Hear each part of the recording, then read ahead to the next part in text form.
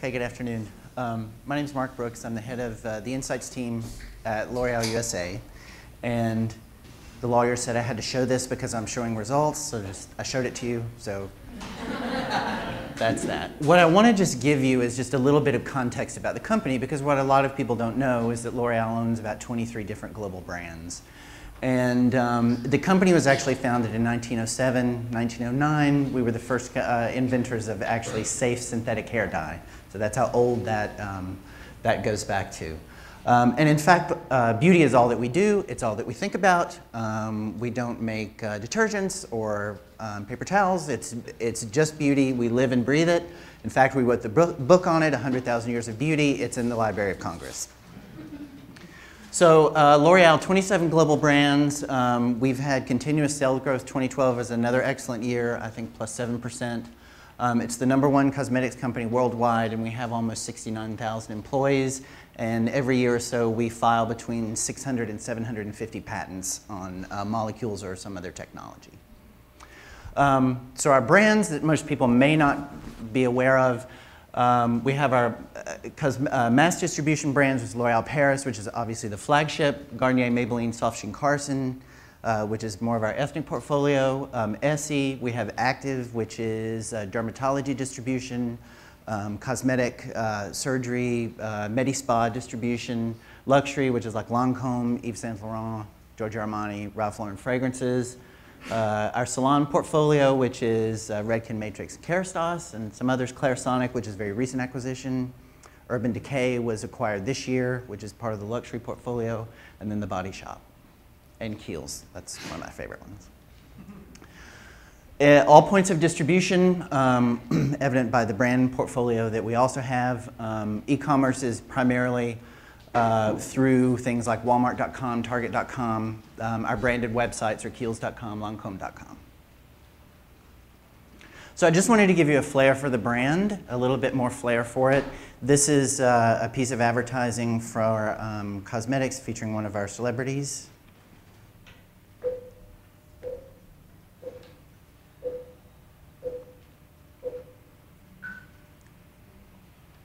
There's a story behind my skin.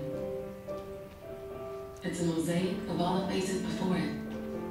My only makeup? True Match. Only True Match from L'Oreal has the technology to match your skin's unique tone and undertone. That's why our 33 innovative shades go not just from light to dark, but warm to cool. 100% of skin tones perfectly matched, guaranteed. There's only one True Match for me. It's perfect. True Match from L'Oreal, and I'm worth it. And then I just wanted to give you an example of a piece of luxury advertising. Discover why 1 out of 2 women tempted by a cosmetic procedure decided to postpone it. New Visionnaire by Lancôme, the first advanced skin corrector with LR2412, a molecule designed to penetrate through skin layers. Wrinkles, pores, unevenness are visibly corrected. A flawless skin is recreated. Proven on all skin tones, Visionnaire, our new vision of skin perfection, only by Lancôme. Okay, so enough commercials. It actually works pretty well. I'm 72.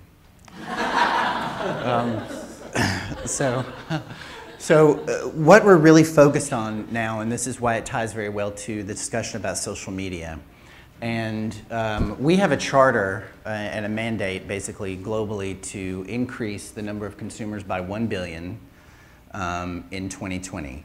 And the US is the only developed country that's on the top 10 list, and we have a responsibility of contributing 70 million to that. So one of the ways that we're trying to acquire new consumers is obviously through social campaigns, digital campaigns, and also the way we measure those.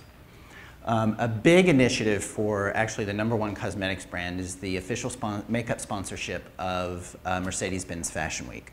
It's a very short window, but what the case study I'm going to show you gives you an example of how you can really drive success, increase your user base, increase your penetration, have a really good ROI, and how you use social listening to help drive that through a digital campaign. So essentially, I'm just going to give you the basics of the campaign and then show you a video that kind of sums it up in a more interesting way than I'm going to be able to tell you. So We had a lot of channels, obviously dedicated channel on YouTube where you can actually watch the entire show whenever you'd like. That's also on mobile. And then you can also do various, you know, kind of Erin Watson's one of our spokespeople, and she's there doing reports, advising on the looks and so on. Now, obviously one of the strategic things that's important about being a sponsor like this is because so many trends are set here, we'd rather set the trends for a season rather than sort of be at the lag. So that's really also one of the impetus for being the sponsor, because then we get to sort of be at the forefront of what the designers are showing on the runway, which then leads to everything else for the season. We encouraged all of the users, the people that accessed any of these channels, to actually create their own content, talk about it. You know, there was tons and tons of retweets, tons and tons of Facebook activity. But what does all that matter? If we didn't see a sales lift, then who cares? So it all really sort of boils down to that and our ROI. And just a word, this is some of the branded content that you could see online. So what I'm going to do is just give you a bigger taste of the campaign, and then I'll get into some of the measurement tools and the way we look at social media. This is an old-fashioned DVD.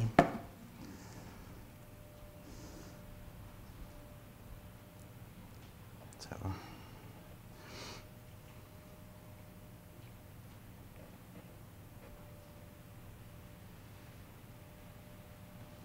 it's about 3 minutes.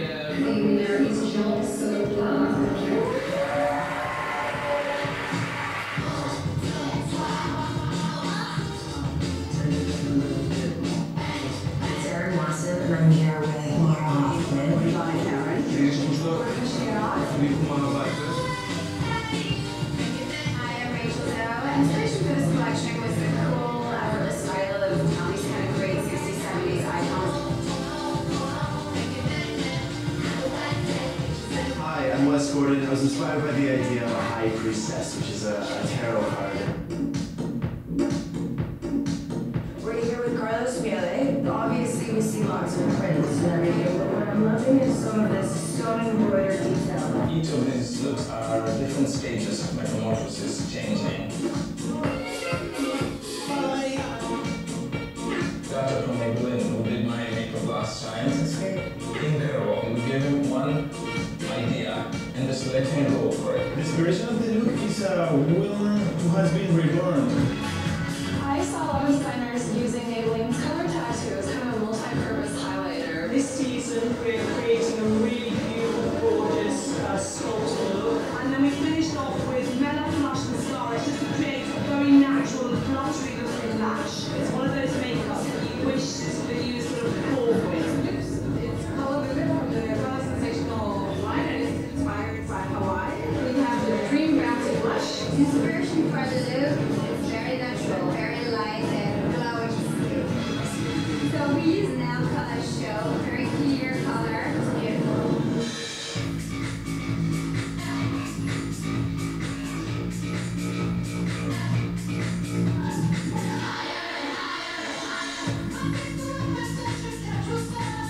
Head on over to Maybelline's New York Mobile Color Studio to get a mini makeover and manicure.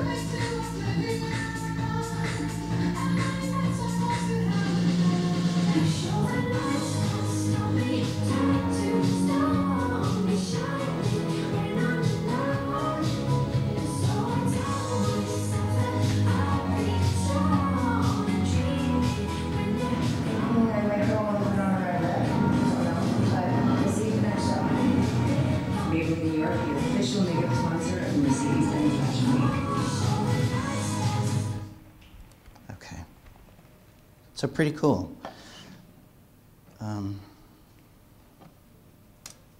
So it was a fully integrated campaign, which I think is, obviously critical when it's a national campaign in a very short window, geographically located in one place. So, and no national TV advertising.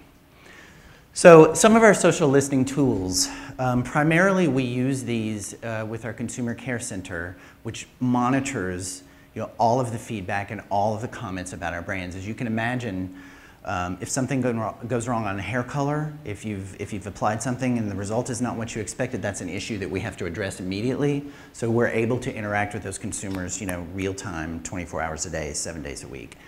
Obviously, the conversations about cosmetics are very different. How do I get that look?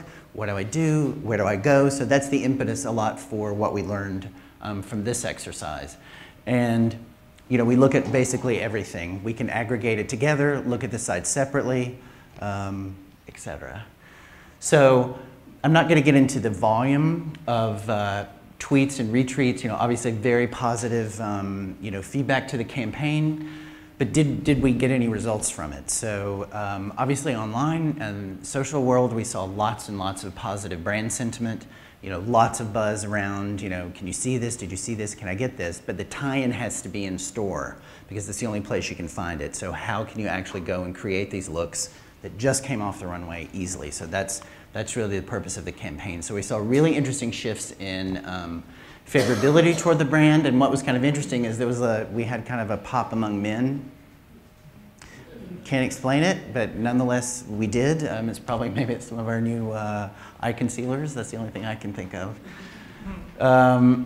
So what did that do? So on a national sales basis, there was actually an 18% lift in those that knew about the campaign versus those that had not seen it. So this was a control, an exposed group and an unexposed group to the campaign. So we were very happy with that. Obviously, it trails back off after the campaign is over. And so this is just showing the same information, and that was both in dollars and units. And what's interesting is so much of our business is, for Maybelline is tied up in mascara and eye. So while that drove a lot of the discussions and was the largest piece of the revenue, what was interesting is what drove most of the lift, or 34% of the lift, was actually lip was a strategic objective. So that was very cool. So we were very happy with that. But what else did it do? So we had the 18% increase in volume. We saw a 10% increase in the household penetration rate. The average dollar purchased among a household went up 7%. Purchase frequency went up slightly, and the dollar purchase amount went up slightly given the increase in purchases.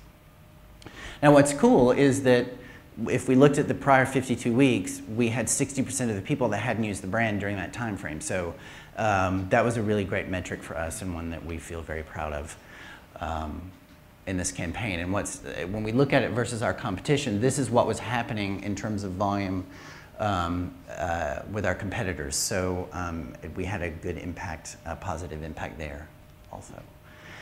And interestingly, if we look at where our key business is done, we have the most influence over what happens in store in drug. So this really isn't surprising because we can really do the strong tie-ins in those accounts versus our other kind of mass retailers that have more control and dictate more what the in-store environment looks like.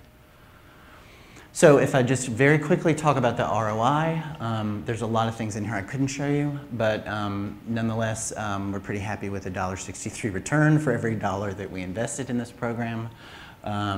We had a little bit more sales lift the last time than we did in this new campaign, but overall the campaign was more efficient, so we're okay with that at the end. And that's really what I wanted to share with you. And if you have any questions, I'm happy to answer them.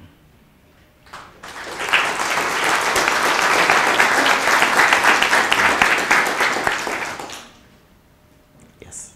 Do you have any kind of measurement standard that you had to reach to consider it successful? Yes, we did. It was pretty rigid. We met it in almost all the criteria. So does that mean you'll... We're going to do this again. Yes. Did you learn from it? I mean, what was really interesting this time is I have to feel like just the way that this campaign was designed with our partners You know, Moxie is one of our digital agencies, our partners, our strong partners at Google. I don't know if she's still here. And you know, obviously we had a lot of insights as we've done this several times, so that was very helpful in making this one even more efficient, the way the tie-ins were done, the way things were purchased, so it made a big difference. Yes? Did not have any television at that point? I'm sorry, what was the question? Did not have any television at that point? Delusion? TV? TV, no, there was no, we had print, sorry. Yeah, yeah. And you must have had a lot of public affairs to amplify the impact. Yes, there was, I mean, obviously that was a big objective, is lots and lots of PR from this, which would be natural. There's a thing that happens during Fashion Week called Fashion Night Out for a week during Fashion Week all over the city, and it's a really PR generator, and when you have kind of Anna Wintour stopping by, it creates a lot of, you know, photography and buzz just about that 15-second visit, so yes. Did you budget for any negative, I mean, if you listen to something negative, you know, from the social media, did you budget for that, and how would you correct it in a very good shot? It's a very good question. We didn't. We're lucky because there really wasn't a lot of negativity surrounding the campaign. You know, it's a bit empowering to give, sort of democratize the runway on a national basis and make it very accessible. I mean, our average price of Maybelline is under $8, so it sort of translates that and I think makes it more authentic. Yes? You're going to ask me a hard question. No, I'm not. With all the brands you guys have, why Maybelline? Why Maybelline? Maybelline, because of its, we would say because of its heritage, it's only cosmetics, and it's very accessible, and it actually spans, you know, we have users that are teens and we have users that are 60. So it's a very broadly appealing brand. You know, L'Oreal Paris is much more kind of the luxury brand at mass, so, you know, a bit kind of different equity. Same thing I would say for Lancôme. You know, a bit. So I think it facilitates a positive conversation, and it just aligns really with the equity position of the brand. Okay. Hey. Okay, one last question. Okay. No. No. Good question, though. Thank you.